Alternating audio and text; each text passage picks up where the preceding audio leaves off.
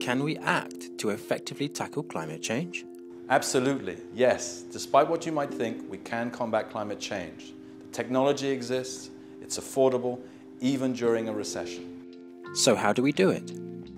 We need to move from a high carbon, high resource use based economy to a low carbon, high technology and efficiency based economy. We can accurately project the amount of greenhouse gases, primarily CO2, that will be entering the atmosphere in the coming decades. This so-called business as usual pathway of emissions growth would result in catastrophic temperature rises. The low carbon pathway on the bottom of the graph takes us on a safer route away from this frightening scenario, while also supporting increased economic growth and quality of life. We call this pathway the 450 ppm pathway. By capping the amount of carbon in the atmosphere to 450 parts per million, we stand a 50% chance of staying below the 2 degrees Celsius global temperature rise, which many scientists and politicians agree is the maximum acceptable. By how much will we have to reduce our CO2 output? To move from the business as usual pathway to the 450 ppm pathway, we would, as you can see, have to reduce the amount of carbon by 17 gigatons by 2020. Reducing this amount of carbon, 17,000 million tons, is a challenge, but it can be done. Really? How? Well, this picture shows how, and it's good news. Here you can see the various policies or levers, which together can account for more than 17 gigatons in 2020.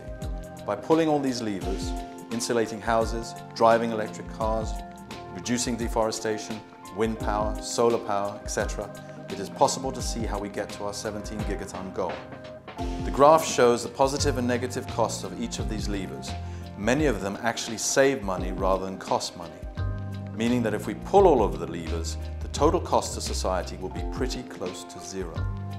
You say it saves money, but there must be a cost. Yes, all this requires investment. The developed countries recognize their responsibility for the majority of greenhouse gases already in the atmosphere. Because they're richer, they should pay to help the developing world reduce its carbon footprint and adapt to climate change.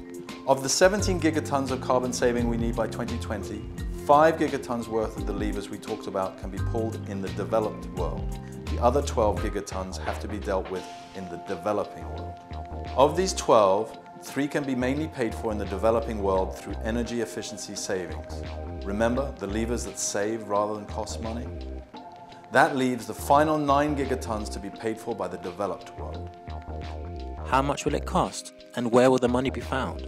It will cost on average 100 billion euros a year between 2010 and 2020. The money will come from a combination of both public finance, money given to the developing world by the developed world, and the carbon markets.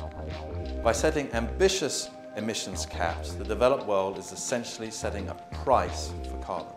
The higher the developed countries' emissions caps, the more money will flow from the markets and less from the public sector.